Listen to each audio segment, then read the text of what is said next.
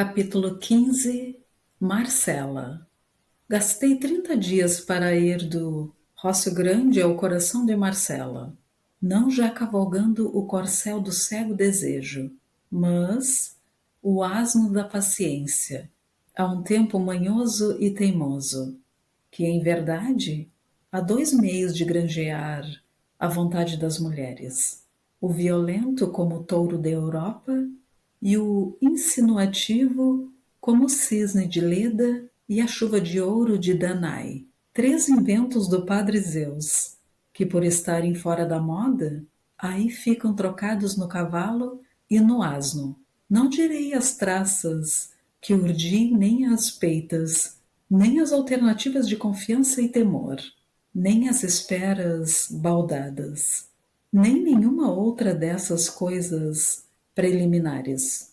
Afirmo-lhes que o asno foi digno do corcel, um asno de Sancho, deveras filósofo, que me levou à casa dela. No fim do citado período, apeei-me, bati-lhe na anca e mandei-o pastar. Primeira comoção da minha juventude. Que doce que me foste! Tal devia ser, na criação bíblica, o efeito do primeiro sol. Imagina tu esse efeito do primeiro sol, a bater de chapa na face de um mundo em flor. Pois foi a mesma coisa, leitor amigo. E se alguma vez contaste 18 anos, deves lembrar-te que foi assim mesmo. Teve duas fases a nossa paixão, ou ligação, ou qualquer outro nome, que eu de nomes não curto.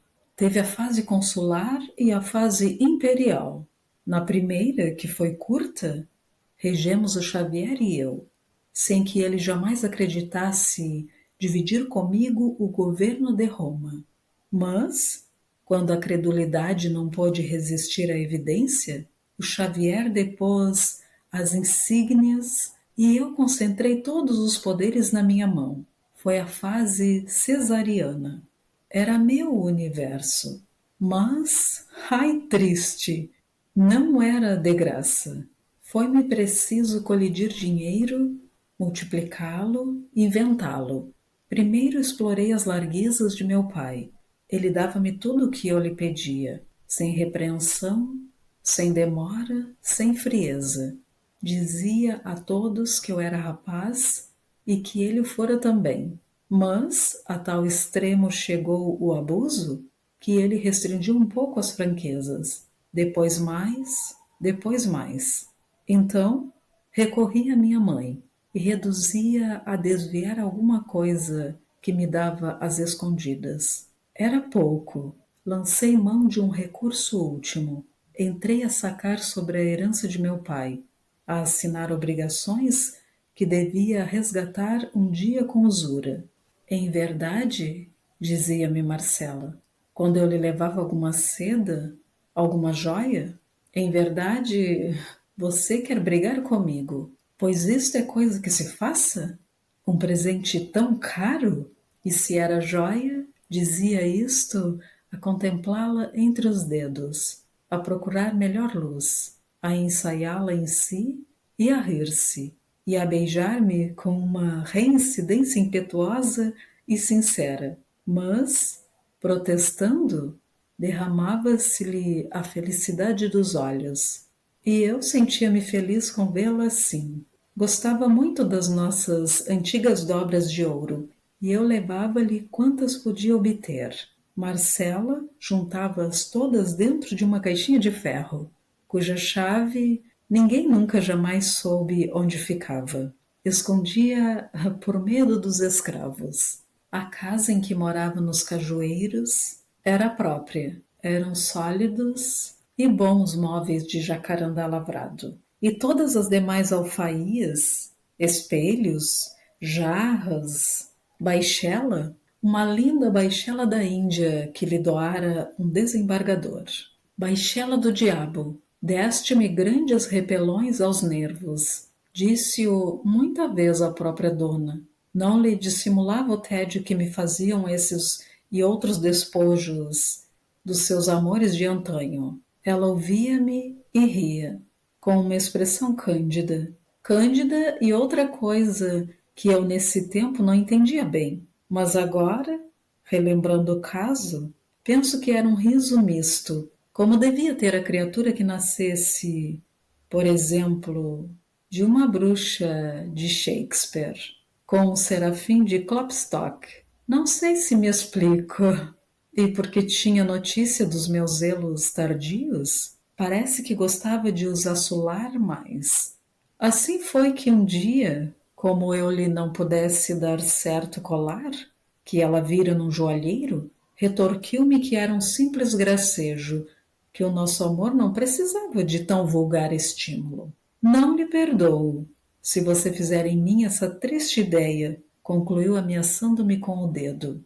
E logo, súbita como um passarinho, espalmou as mãos, cingiu-me com elas o rosto, puxou-me a si e fez um trejeito gracioso, um momo de criança. Depois, reclinada na marquesa, continuou a falar daquilo com simplicidade e franqueza.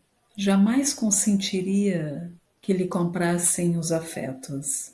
Vendera muita vez as aparências, mas a realidade guardava para poucos.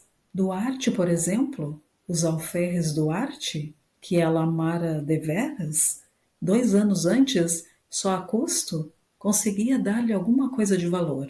Como me acontecia a mim, ela só lhe aceitava sem relutância os mimos de escasso preço, como a cruz de ouro que lhe deu uma vez de festas. Esta cruz, dizia isto, metendo a mão no seio e tirando uma cruz fina de ouro, presa a uma fita azul e pendurada ao colo. Mas essa cruz, observei eu, não me disseste que era teu pai que... Marcela abanou a cabeça com um ar de lástima. Não percebeste que era mentira? Que eu dizia isso para te não molestar? Vem cá, Chiquito. Não sejas assim desconfiado comigo. Amei a outro. Que importa? Se acabou. Um dia, quando nos separarmos... Não digas isso, bradei eu. Tudo cessa. Um dia. Não pôde acabar. Um soluço estrangulou-lhe a voz. Estendeu as mãos, tomou das minhas, aconchegou-me ao seio e sussurrou-me baixo ao ouvido. Nunca, nunca, meu amor. Eu agradeci-lhe com os olhos úmidos. No dia seguinte, levei-lhe o colar que havia recusado. Para te lembrares de mim, quando nos separarmos, disse eu. Marcela teve primeiro um silêncio indignado, depois fez um gesto magnífico. Tentou atirar o colar à rua. Eu retive-lhe o braço. Pedi-lhe muito que não me fizesse tal desfeita, que ficasse com a joia. Sorriu e ficou. Entretanto, pagava-me à farta os sacrifícios, espreitava os meus mais recônditos pensamentos. Não havia desejo a que não acudisse com alma sem esforço por uma espécie de lei da consciência e necessidade do coração.